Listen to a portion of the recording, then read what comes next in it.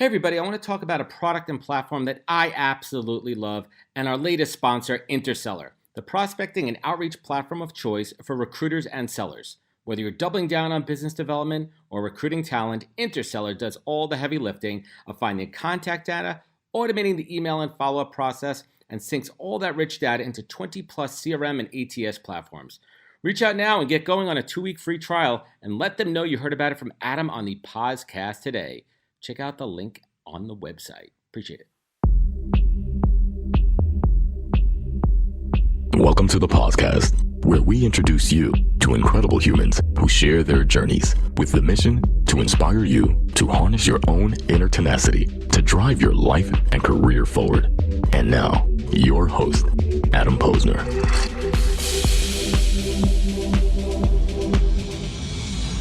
Hey everybody, welcome back to the podcast where I bring you the best and brightest from the world of business, marketing, and personal growth to help you drive your inner tenacity and drive your career forward. My guest, Jeyanayagam, is currently the Vice President and GM of the direct-to-consumer business at the Clorox Company, which includes full P&L responsibilities, supply chain, fulfillment, soup to nuts. This guy does it all. I'm sparing you a lot of details on that because it gets real techie.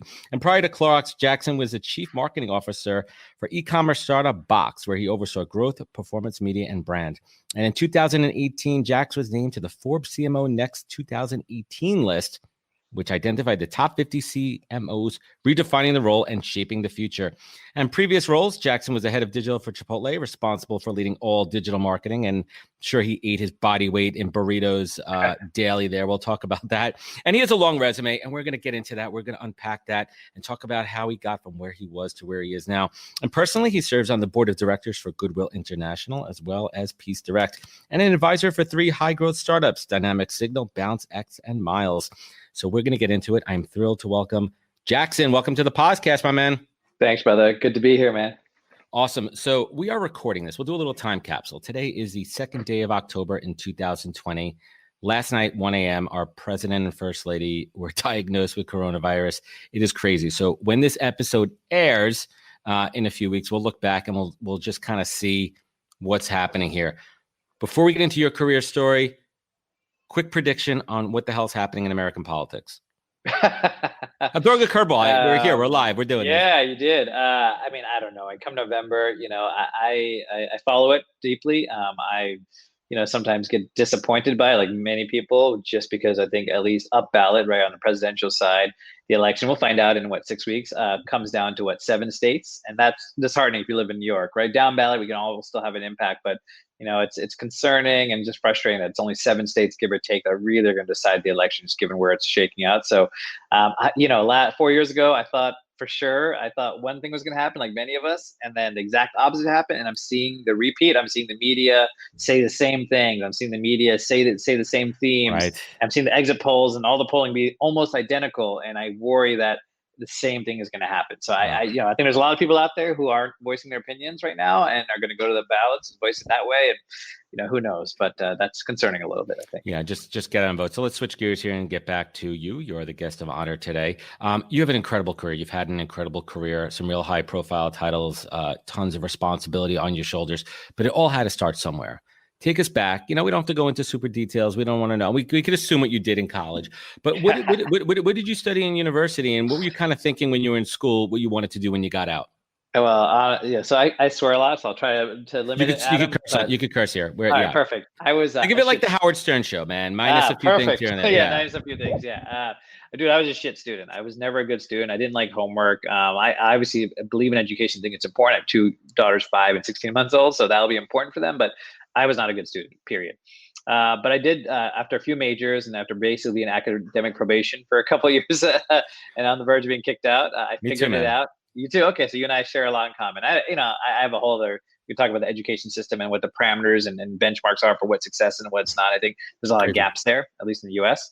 But and anyway, I ended up being a sociology major. I majored in race relations, which was a very passionate topic of mine, still is, always has been. Being a minority, has grown up in all different environments and standing out in a lot of different ways, son of immigrants and so forth. But I would say that I didn't kind of follow, I didn't want to be a teacher and I didn't want to be a social worker. So I knew, like, really, what else are you going to do, for the most part from a traditional standpoint, sociology. But I minored in communications. Because I figured I had to do something more practical, and fell into a job despite a crappy GPA. Actually, Adam, I took the LSAT because I thought I had to. My parents are good old, brown Sri Lankan parents who be a lawyer, a banker, a doctor, something traditional. Yeah. So something they could be proud of, right? So they can brag about to their friends, right? They got to brag about Jack. That's exactly right. That was the only reason, right? So I took the LSAT, bombed it. I think I got something 150 something, got waitlisted to 2 schools, accepted to none. It was the best thing that could have happened to me, only because nothing. I don't have to do any of this shit. I don't have to go anywhere. And how many people do you know? I know plenty of people who went to law school, got the degree, are in debt, and left, don't practice law at all, and regret it. Right? It's unbelievable how much law school costs. My wife's an attorney, and finally, I get it. It's insane. So I didn't do that. I barely graduated, just 2.97 GPA. I'm like, well, I'm not going to grad school either, which I'm good with. I never did. And I fell into PR, man. I was in a fraternity, and my big brother in a fraternity was like, dude, you like throwing parties? So I was social chair and then president. I'm like, yeah, I love throwing parties. Like, you should get into PR. And Adam, I tell you this, yeah.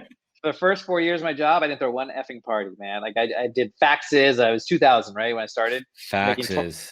For all those youngsters out there, we used to have to put a piece of paper into a machine and send it over the phone line. Oh man, yeah. And I was calling journalists and media. I didn't know what I was doing, making $23,000 a year in Portland. I was partying a lot, right, with my friends, just trying to figure it out. Didn't have any kind of I was ambitious, but I didn't know where I wanted to go and how I wanted to do it. And, I did that for a few years, and I ended up on the T-Mobile team at the same agency, moved to Seattle. WE, right? Yep, that's right. And that was awesome, dude, because if you remember, I'm going to age myself for your crowd, but this T-Mobile Sidekicks. Remember those back in the day? Was that the horizontal phone? Yep, and it flipped up the screen, and it was like an every hip-hop cool. video. I still say the Motorola StarTech is the best phone ever created. Yeah, that two-way was sick. Yeah, the two-way and that Sidekick were like the devices of hip-hop and athletes and Hollywood. So built our name on that, and we did a lot of influencer marketing, and that kind of put me into. Then I started throwing parties. Ironically enough, I got to throw some parties and work with like young talent and influencers, and we were also doing a lot on social media. This is 2005, dude, 2006. Right. So you were friends with what's his face on MySpace, right? Yeah, Tom. Yeah. Tom? I was launching the Sidekick on MySpace. Tom's my bro. Now. Dude, Tom's kind of making this weird comeback. Like, he gets referenced all the time in like social media memes and stuff.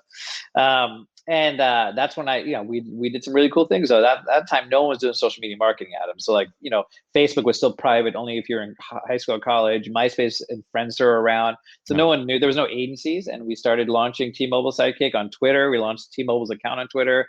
I created a Wikipedia page for them, helped launch on MySpace. And then all of a sudden, it blew up on me. I'm like, wow, this digital marketing social media thing is something legit. going on here. Yeah. And then the next 4 years, I figured out what I was going to do, and I moved to New York in the middle of right before the recession, 2008, July.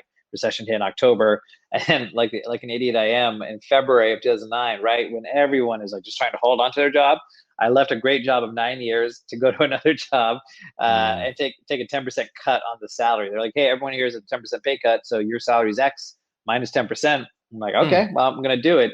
Because everyone told me not to. Everyone's like, you're crazy. You're gonna be the first one fired. It's like, everyone's losing jobs left and right. I'm like, yeah, but I'm not happy, and I got to be happy. And I know this. Is it that the ultimate, you don't know that super early on? I mean to cut you off there, but is it that one of the things that you don't know early on, right? Because early on, you're taking a job because you feel like you have to. You feel like you have to do something. You have to work. But it's not until you get a couple roles in, then you realize, how important happiness is. Dude.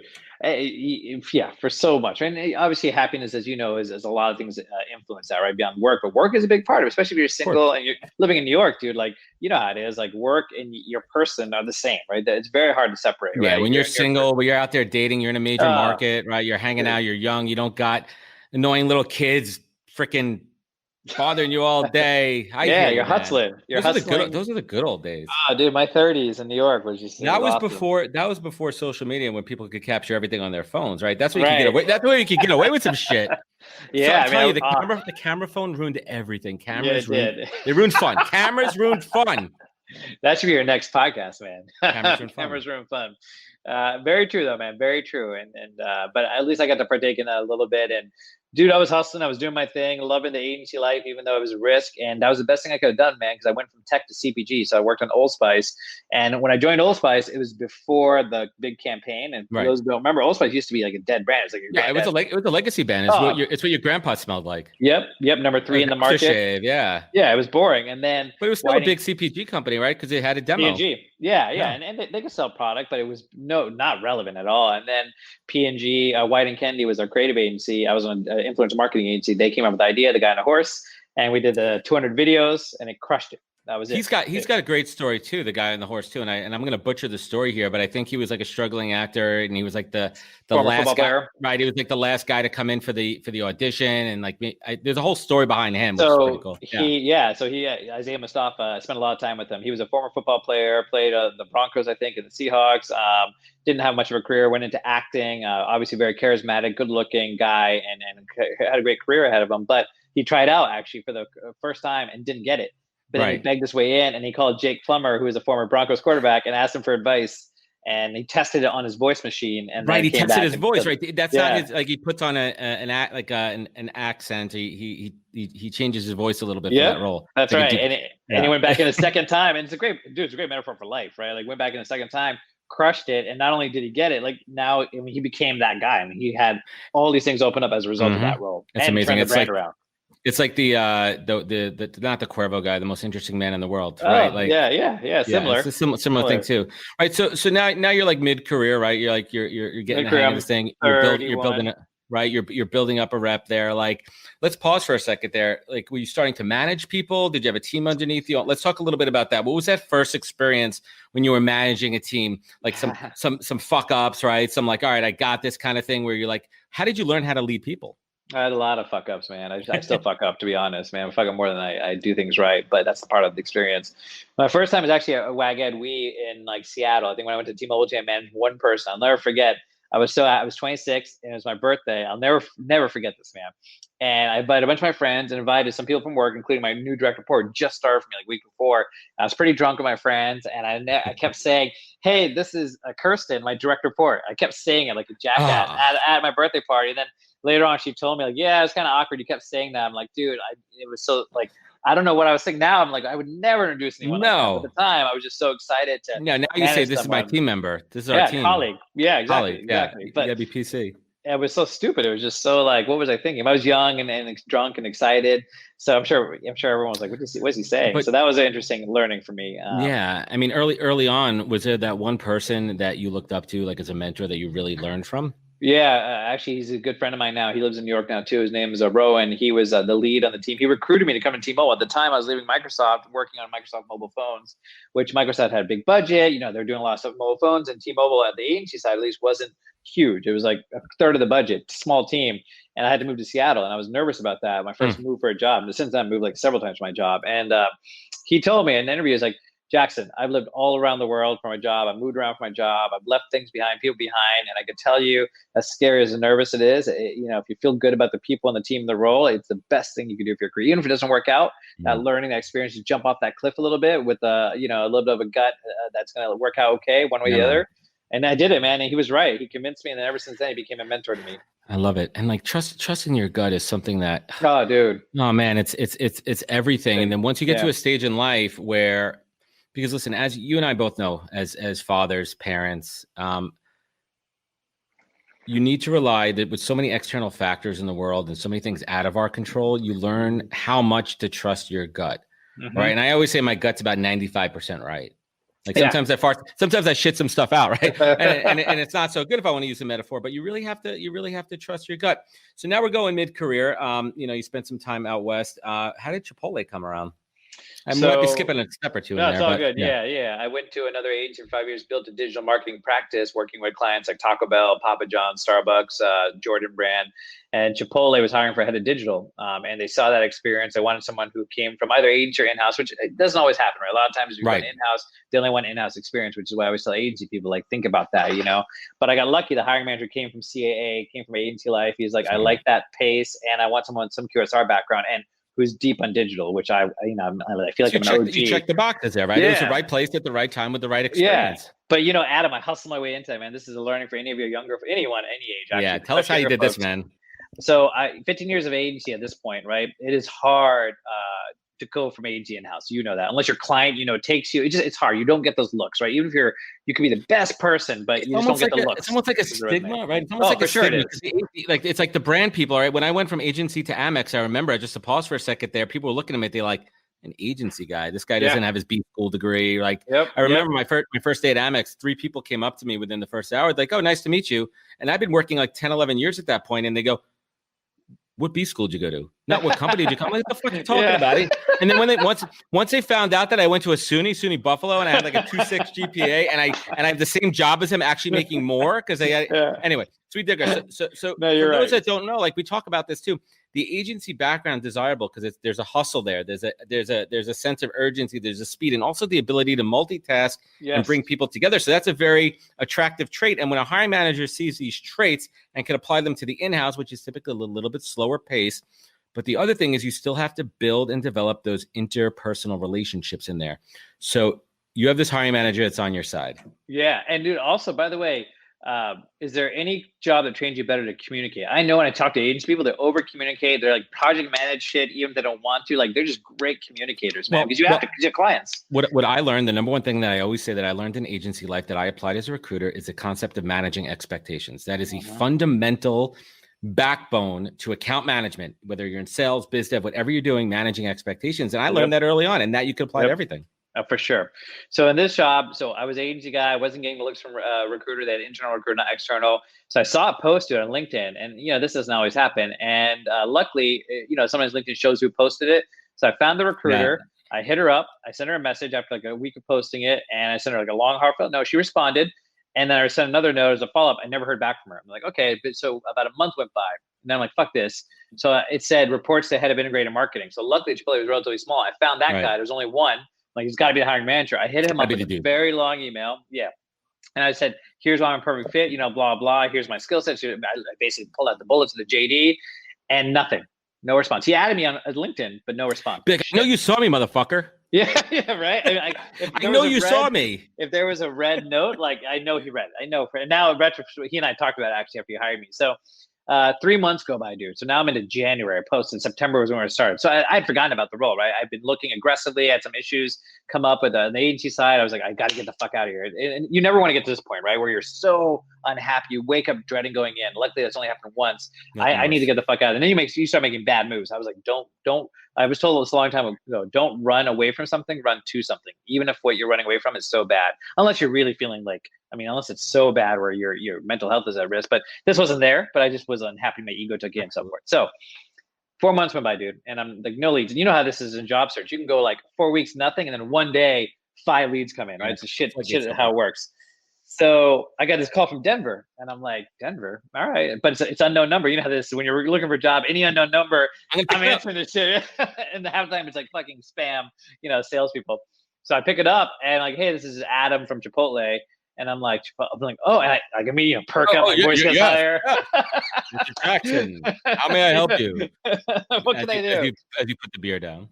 Yeah. So the long story short, he's like, hey, I got your note forwarded to me. I'm sorry it's taking so long. We've been in the process. We had 10,000 applicants. I'm like, Jesus, this is when Chipotle was at that peak, right before the food crisis. And he's like, we want to bring you in for interview. And it was like, I must have interviewed 12 people, 2 days in Denver, 2 different days in Denver over 3 months. And they told me this is going to be a 4-month gauntlet. Oh, dude, brutal. They're like, be prepared. I'm like, okay, I'm prepared. But it was Chipotle, man. That was the Rocky training montage, right? I did. This is my Mr. T, right? And then I ended up getting the job, and they told me like, hey, my boss said like, I saw your email. I didn't respond to you, but I forwarded it to HR. And to me, all of that is, Adam, is like, that was just hustle, man. Like I tracked it down. It's a thin line between stalking and being over aggressive. Persistence is subjective, right? Like exactly, right? Like, and you have to figure out that balance of not being a stalker, but at the same time, it's your job search. And anyone in HR and recruiting knows that you're going to get bombarded all day by follow-ups. But it's about the tone, the messaging, and how you handle yourself. Exactly right. Well said. And that's what happened there. And I got very lucky. And dude, within 2 weeks, I never, not once, Adam, I tell you this, had I gotten any in-house opportunities, even though I had a great resume, great clients, well-networked. 2 weeks into Chipotle, I literally had 2 job opportunities coming to me my first 2 weeks, one from Subway, one from another one. I'm like, wow, they tried to poach you immediately once you started there and it came up. Yep. So So Chipotle, like what was the draw there for you, man? Like what was like how did they hook you in? I know you wanted to go in-house, right? And we were talking before about like you getting to the stage in life where you're not jumping and making like real like emotional decisions. Like what was a rational decision behind that decision? It was three things. The role was exactly what I wanted. It was the right next step. It was head of digital. I was already doing digital agency side. It was a brand I loved and everyone loved, right? So it was it's a good brand. Was that It before is. they were purchased by McDonald's? After they divested, after Right, McDonald's divested them. Yeah. And I would say, Adam, this is also learning though.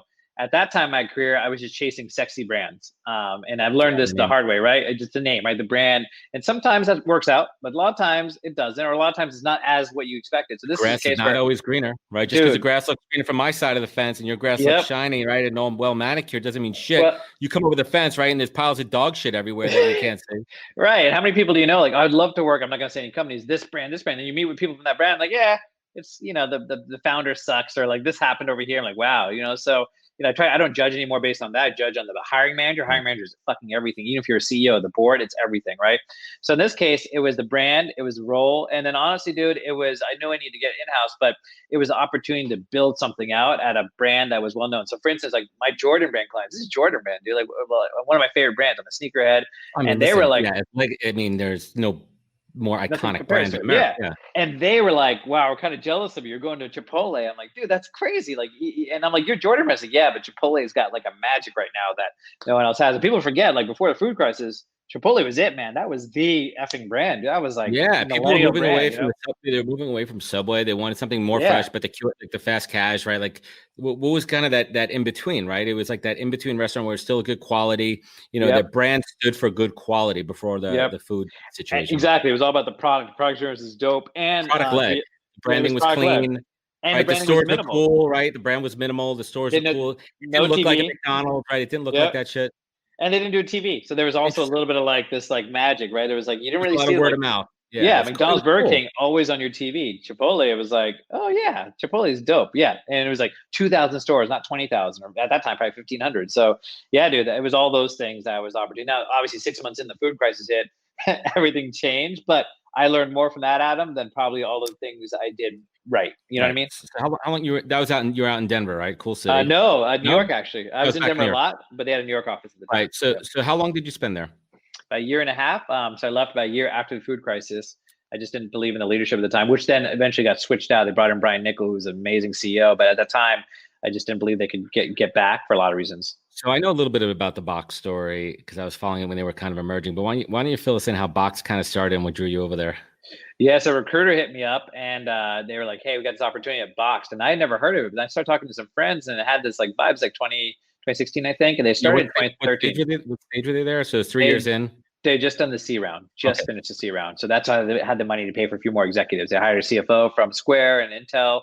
They hired a great chief merchandising officer from like Sam's Club. So they had a great team. But the four founders, as you know, and as for your audience who doesn't know, came from, they started a company called, a gaming company, sold to Zynga after a couple of years, made a little bit of money, all former lawyers, almost all of them, and said, F law, I don't want, started their first job. Again.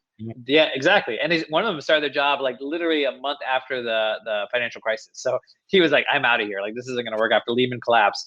And they started coming in the garage, like, there's got to be a better way than what Costco's doing. This is before Costco launched e-com. Like, we can do this. We can figure this out. So they launched in the garage and went from like 40,000 to almost 100 million in 3 years. Like, they crushed it. And that's when they brought me in. Oh, dude, it was insane. And they also did a little bit on doing things differently, right? So Chipotle, I always say, was value driven, right? So driven by a value of food with integrity, food that you can believe in, right? You said the product. Box was values driven, right? It wasn't necessarily about one thing that we're going to do. It's like how we treat our people, how we treat the customer. We're going to go about this the right way. We're going to pay for people's college education for their kids. We're going to pay for their weddings. We're going to refund you a tax on tampons that in ridiculous ways treated as a luxury in 29 states. So things like that were very different for the industry, and they created a name for themselves as a result. They were disruptor. Do us a quick education check here. How do you define brand? What's your definition of brand? That's a good question. I would say brand is what an organization or a person stands for, not only in reality, but in perception. What they are, what they do, how they do it, and why they do it, right? So the why, Simon Sinek, is critical, but it's also how and what. And it has nothing to do with logos, aesthetics, packaging. That's all the output. So to me, it's what you do, how you do it, and why you do it. And how do you stand out and differentiate? Because that's what That's kind of right. triggered in this conversation for me, because you're talking about Box and how they differentiated internally and externally. Externally, they differentiated, right? Because they were the first, big box e-com DTC, right? We're not talking about one off Amazon, and then we talk about internally how they treated their employees differently. Yep. And your employees are everything. I mean, you know this, right? When those employees feel part of the organization, Oh, how much harder they work, how you feel part of dude. that family. Like, what was that feeling like at Box, like 3 years into the successful startup, the energy, the vibe? What was that like, man? No, I'd never been in a startup. Agency was the closest, and that's exactly what everyone thinks and why people go to startup. It was that. It was like a lot of autonomy. It was very personable. It was like a family, right? For better or worse, right? Family can also be fucking complicated at a workspace, right? But it was really just like personal. And there was this unique place where we need to get to the next level. And everyone was bought in. Everyone wanted to see this thing grow and exit and have a good path. What we sold and what we did wasn't like that mind blowing, right? It was pretty simple. Unit economics were tough, but it was just, we were all part of it. We were all in it to win it. And it was a really, really cool vibe and experience. And to your point, you can't be customer first if you're not employee first. Think about it. How many times have you been in Uber, and even though that's a commodity, those drivers are driving for Lyft via Juno. Right. You have a bad Uber experience, that's on Uber, not on that driver, right?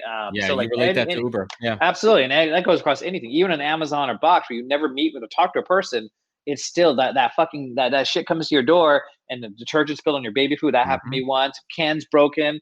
It doesn't matter what the reason is. That's Box. That's on them. Employees. It doesn't matter that the FedEx guy freaking tripped over Doesn't matter. Box. Yeah. That's so. How can you be customer first if you're not employee first? And I think Box figured that out. And how long did you spend at Box before you jumped over to Clorox? About 2.5 years. Had some funding challenges and trying to figure out what the next step was. And that Forbes list came out, and it just felt like the right time to start exploring what the next thing could be. And I walked away from equity, man. I walked away from a good amount of equity. It was a tough decision. That is tough, but you have to make those tough. But so what your gut was telling you that this was the time, and sometimes you got to leave money on the table. You do. I mean, people don't realize that, right? And Chipotle is a great example, dude. I took a 32% pay cut at Chipotle, and I was coming from agency side on base to go to Chipotle, to go in-house. So I didn't mention this earlier, and I had my first kid on the way, and I was terrified. My wife was like, "Are you sure you want to do this?" I'm like, "I think I need to go in-house. I need that experience. I know it's a pay cut, but the bonus and stock will make up for it." That went underwater because of the food crisis. So in theory, I would have made more, but reality, I didn't. Yeah. But it was the best thing I could have done. And let's pause on that for a second, because here's a lesson for a lot of young folks. And I have this conversation a lot, especially when I'm talking to junior to mid-level, and these folks are going from their second to third job, right? And a lot of them are so focused on the compensation versus the opportunity. Yes. And I beat it in over their heads. And I say this to them: $10,000 difference in a job over the course of 26 paychecks minus taxes and everything is nothing. And I'm not here to count your money. I'm not telling you how much money you need, but I want you to just put it in perspective. You can't look at a salary like that in terms of $10,000 increments. You really, truly have to evaluate the long-term opportunity. And some roles, maybe you have the foresight or not, are going to help you get to that next level higher and quicker, those interim roles. And I'm like, listen, I'm telling you this from experience. Listen, I want you to make more money. I get fucking compensated on how much you make, right? I'm a recruiter. But I'm telling you this because I care about you and your career. Dude, let's stay on this for a minute, because I have this talk all the time. I go to NYU, Columbia Classic. I think it's such an interesting topic. So what I find, especially young folks, they get caught up on title and base salary comp. So a few things, right?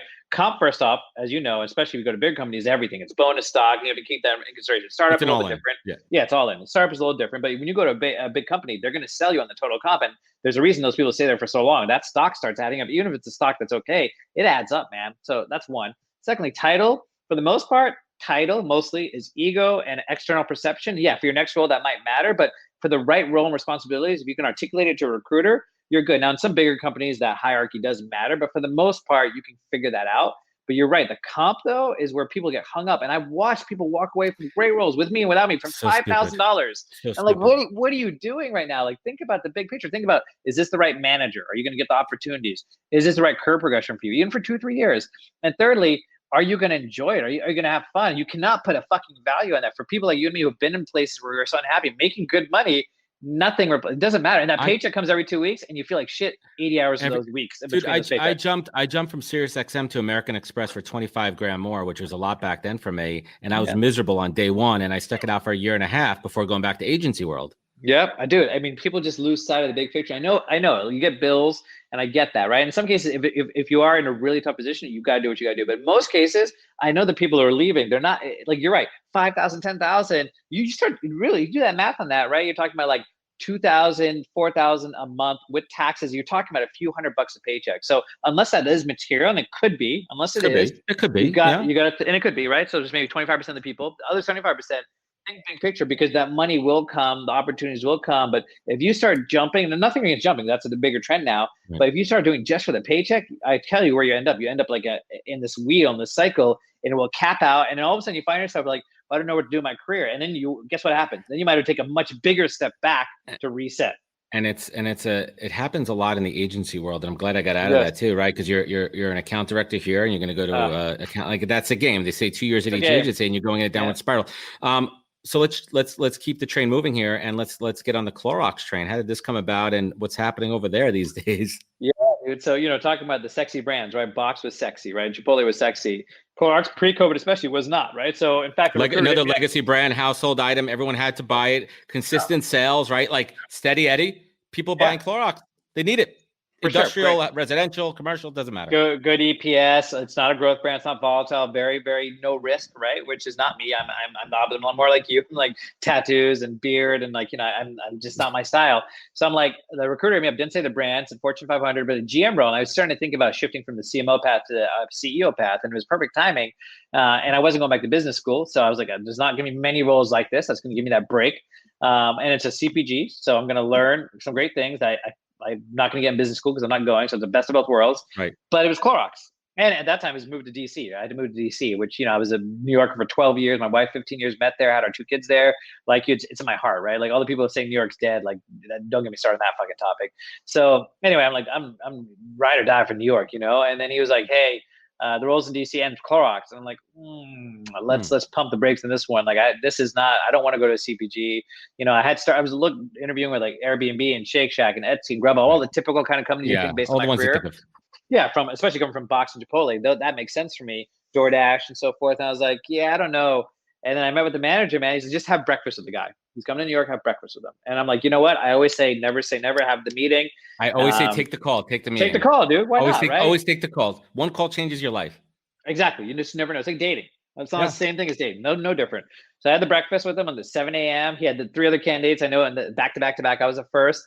And I remember I was in Tel Aviv doing a keynote for a company, actually, where I had the first recruiter call for an hour, and he was grilling me. That recruiter call was way harder than any of the interviews. So I was like, okay, this is interesting. And I met my hiring manager, my boss now, who is like my second mentor. I've had 2 mentors, 3 really, my whole career, and he's been my third. And right away I knew, I'm like, wow, I will learn a lot. He was 30 years in Clorox, but he thought like a VC. He was he invests in companies, very much like me, but not. And I'm like, dude, this guy is awesome. And we both know managers make or break. People just forget that. Like, your manager, doesn't matter what level you are, your manager is a big part of your career. Like, I can learn from this guy. And I haven't had that in a long time, to be honest, Adam. At this stage of your career, like you needed that kick, right? Like I always say too, like Serena Williams, Beyonce, Tiger Woods, like all the people at the top of their careers and profession, they need that coach, they need that mentor to take them to the next level. For sure. Any top athlete, LeBron. I mean, LeBron has people like that, right? So he's like top of the top. So yeah, same thing. And I did it, dude. I was interviewing a couple other startups for CEO roles, like pre-revenue. And this guy, like, he made it clear, so I'm going to move fast. And yeah, you're a CPG. It's going to take 3 months. He's like, I'm going to do this in 2 weeks. 2 days later, I had 6 interviews, all video.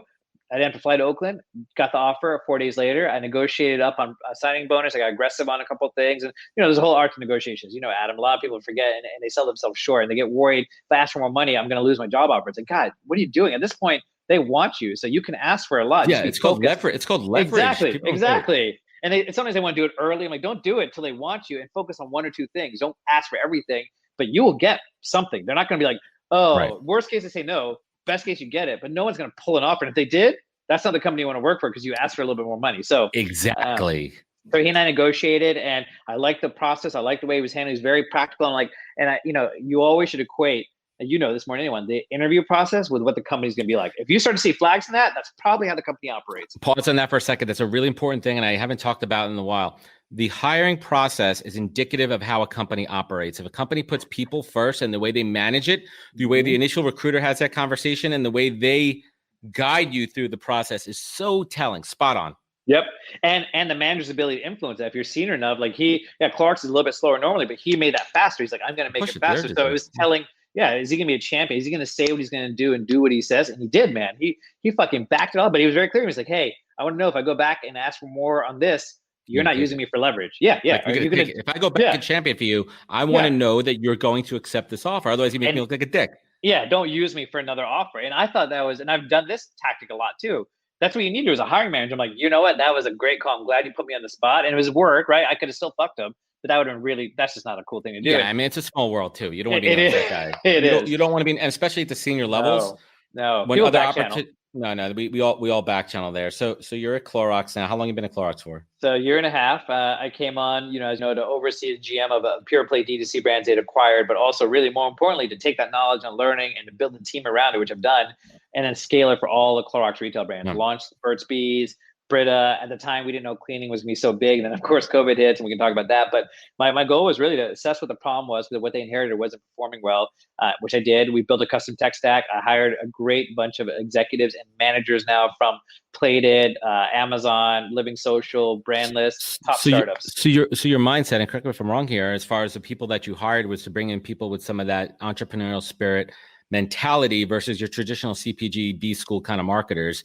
Yep. And that's what helped change the culture of your team and guide the trajectory of success of the product, correct? And even exactly, and even positively impacting Clorox culture as well. And we do have people on our team who come from B school and have that classic, but Clorox has that in spades also. Right, because that classic training is important there when you're dealing with a lot of the academics of the data, right? You need some of those mindsets to really be the true analyst, right? To really be able to look at the numbers and combine it with the business insights. That's a critical cut. We're not trying to undersell the B school experience as well, but you have to have that mix. So you're kind of having this team of the best of the best. Yeah. So I got a bunch of startup kids who were who had one thing. Because listen, I tried to recruit some great startup people I know who respected me. I respected them, but they're like, I don't want to go to a big company. No matter what I was telling them, it was like, I love startups. So those people, they didn't want that. They didn't want that. Going.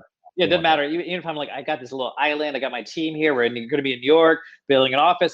But it doesn't matter because if you love Peloton, you love building and scaling at a certain, you know how it is, right? It's just like agency people. If you love it, there's nowhere you're leaving. But I had a bunch of people like me who'd done 1 foot in, 1 foot out. Like, I like it, but I don't like this part of it. Yeah. I was given the best of both worlds: autonomy, speed, building it, but with the resources of a big, great VC. We never had to go worry about fundraising. We never had to worry about cash flow. We had that, right? Pieces. Yeah, that security blanket. I love it, man. So COVID hits. Let's jump to COVID for a minute here, right? Like COVID hits, and all of a sudden, the Windexes, the Cloroxes, all the cleaning products are top.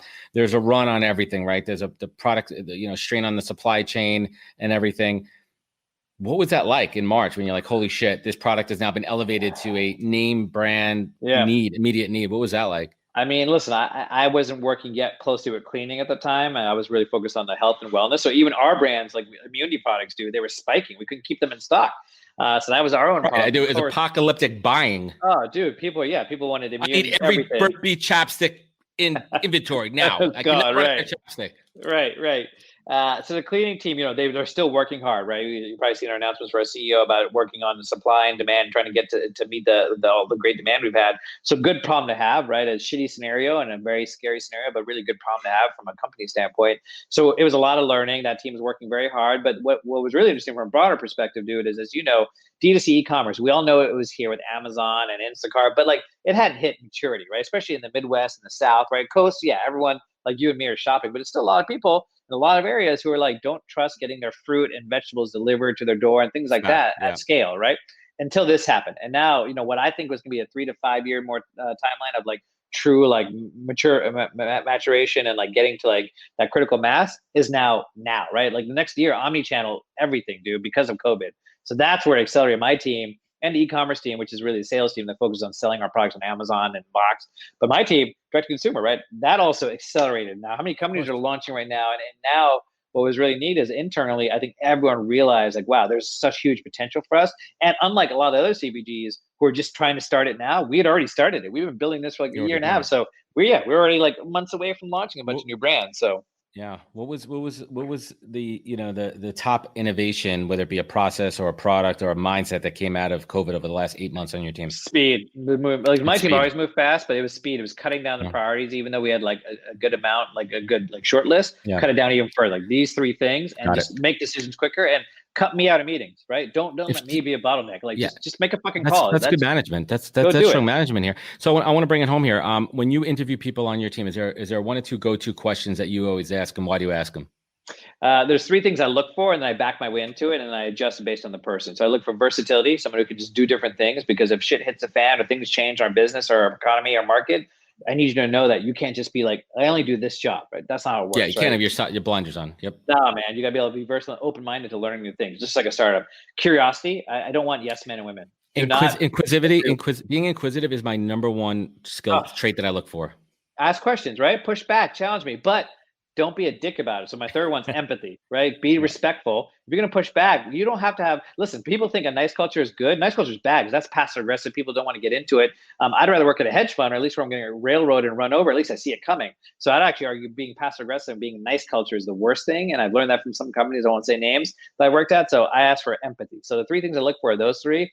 And then I'll back my way into like problem solving. I never ask for hard skills, unless it's a direct report of mine. Now I have my exec team. So I'm assuming that they've already fleshed that out. Right? If someone's getting to you at this point, you know that they're qualified to do the job on paper. Absolutely. Now you need to know who they are, right? You need to know who this person is. Yeah. And am I going to be in a foxhole with you, right? Yeah. If it's 60 of us in a foxhole on Slack, late night when you're stressed, I want to know you're going to deal with the problem head on and not be passive aggressive, not Slack emoji, some weird shit, not talk shit behind people's back, not screenshot past combos. Oh, it's the worst. Oh, dude, like don't do that. The screenshot's another shitty thing. Camera phone screenshots. All that shit. So like for me, I interview everyone, intern to VP. And now that I have my core team, my direct reports, I never interview hard skills. I'm always about the person, the people. So one question I ask, for instance, is like, if you could be a god or God, whatever you believe in, what would be the first thing you would do? Could be anything, and there's no right answer. There's no wrong answer. Right, but you really want to see how they break down the problem, and do they think about themselves or the world, and why? And if you think about yourself, that's fine too. I'm just curious on why you chose that. So that's just a question I throw out. Sometimes I'll throw out a real scenario. I'm like, hey, how would you deal with this? Something that happened recently. So a real behavioral based interview type question. Yeah, to get to how they respond, but I like to throw them off too. So like I always ask them things like, hey, what's the biggest deal breaker when it comes to a culture? Because everyone said, what do you look for in a culture? I say, what's the thing that you hate the most? And what I found is when you get people talking about things they don't like, the first question is always like, oh, well, I don't like when, something's just, superficial. Right. But I dig there. And then once you get people start talking about any kind of pet peeves or things they don't like, usually they open up, and then I get to the real answer. I'm like, okay. This is the thing that do you always stroke the beard though when you go, yes, all right, gotcha. I do probably more than my wife would like. That's a good one. Yeah, no, that's awesome, man. So let's bring it home here. This has been an awesome conversation, and literally it's just been chock full of freaking knowledge nuggets and bombs here. And you talk faster than I do, and that's rare. But probably you're a New Yorker. I'm a jive talking motherfucker. Right. What does the word authentic mean to you, Jax? Just being real, no matter what's happening. In fact, being real when you're gonna suffer for it, whether it's professionally or personally. You know what I mean? Like if you can be real not when it's fun to be real, when everyone else is. It's like when you have to do the thing that no one else is doing, it's gonna make you look bad, put you in a tough position, impact you negatively. That's fucking authentic, man. Yeah. What's the single greatest piece of advice you've ever received that you take action on every single day? I didn't receive it directly, but Kobe, I'm a big Kobe fan. When he passed, really hit me hard for a lot of reasons, but and less about even on the basketball court, more everything else behind. He always said, not to me, but to everyone, be better, right? Every day, the next day, be better than you were the day before. And that is not a sports thing. That is a life thing. Be better dad, be a better husband, partner, friend, colleague, citizen. And that goes back to being authentic. If I can just be better, just a little bit better, I'm good, man. Then I'll feel really good. I love it, man. What would you say is your superpower? What do you do better than almost anyone on this planet that makes you who you are? I surround myself with people with better superpowers than me. I love that. That's a great freaking answer. And we've been talking a lot. It's October 2nd, and I've been having this conversation, the same question for 8 months. I can't believe this. During the pandemic, there's been a lot of silver linings. A lot of good things have happened, because I want to end the show on a positive note. Like, tell me something good here. Jax, leave us with a personal silver lining and a professional silver lining. Oh, my personal silver lining is every day I wake up to the two most beautiful humans I've ever met and encountered. My two daughters, my 5-year-old Sophie and my 16-month-old Adley. The genuine, you know how it is with kids, in the eyes. People say this, but until you have them and you see them, like the innocence, the learning, the love they have for each other and for us, like, dude, there's nothing like it. So no matter what happens, man, I could be unemployed, and even if we're homeless, God forbid, I have them. As long as I can take care of them and give them something better than I had, it's not just financial, it's everything. dude, like that is my personal silver lining, period. Professional silver lining, it's not that different, dude. It's I like people, if you could tell. Like, so I will always value people over anything else. I also truly believe the best productivity, the best work gets done with people. It's not bullshit, man. Culture's not beer pongs and free lunch. That shit is output tactics. You can work in a fucking prison with 10 people and not see the light of day. But if you have great people around you with the same mindset, it doesn't mean that they're the same as yours and mine, or you could have different values and have the same people like that with you. That's okay. Whatever those values are that you care about, being around people like that, getting the energy. And for me, it's about being real, genuine, just being direct, honest, but also empathetic, man. Like, we can accomplish anything. I could sell widgets. I can go hopefully find a cure for something, or sell, cleaning products and wellness products. And it won't matter. It's the people, man. So similar to my daughters, it's really just, I want to be around people. That's why this has been tough. Even though I spend more time with my family, I miss that, just the social piece with people. We'll get back there. People want to get back to work. That's beautiful. And last but not least, right? Listen, not every day is amazing, right? We have some rough days. Yeah. You're at the top, man, and sometimes you have to make some tough decisions. Sometimes you have to let people go, and not all days are rosy. And you got to reach down deep inside, like those dark points in your life and your career and everything. You got to find that inner tenacity to pull yourself forward. And on the flip side of that, what we were just talking about, when you're so grateful for everything that you have in your life, your kids, your family, everything that you accomplish and surround yourself with, Jax, what is your North Star? What is your compass? Honestly, man, it's my gut. If I could stand on the other side, my deathbed or whatever, and say, like, you know what, when that shit was hitting the fan, or I have the tough decisions or things that maybe I regret later, like, can I stand behind the reasoning and why I did it? And it was on the right side of history. And sometimes I'm not, right? But when in doubt, can I just look at this 20 years from now and be like, this is the right thing? And sometimes the right thing could hurt someone, right? It could be tough for someone. But this is the right thing with all things being equal, all things considered, right? Because sometimes you have to make a decision that might be tough for one person, but ultimately it's going to be better for 20 people. And if I don't make the decision now, all 21 people could be impacted. If that makes sense, right? And it's things like that I have to weigh. And I just do my best to okay. And if I'm going to make a tough decision, Adam, let me at least, you don't have to be vicious about it either, right? Like, I've gotten a lot of people I've laid off. I've gotten at least 4 of them jobs, or try to be a reference for them. So of course, people assume like it's just one or the other. It's not a bipolar decision. It's like, hey, I have to make a hard decision, but I can also be a really good person and do everything I can to help this person, and whatever means it's possible to get the new job or whatever. So to me, it's that, right? It's not just a decision. It's like, am I doing the right thing? Am I doing everything I can? Am I overextending myself? Which really shouldn't be much of a question. It's like, I'm going to do what I can to help people. So for me, that's kind of my North Star.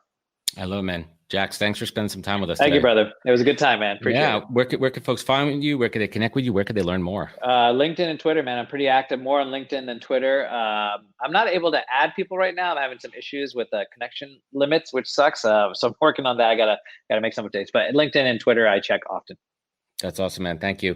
And everybody joining us today, I really hope that you learned from this conversation. It was awesome. I love talking to folks like Jax, who just have such an incredible career and so much to share. And if you enjoyed this episode, please share it, subscribe, leave a review, ranking. Help this show blow up. That's what we need here. You know where to find us on thepodcast.com, all the social media channels. Remember, wash your hands, stay 6 feet apart, look out for each other, and catch us next week for another great episode of The Podcast. To join the conversation, search The Podcast on LinkedIn. And to catch up on past episodes and more info, please visit www.thepodcast.com.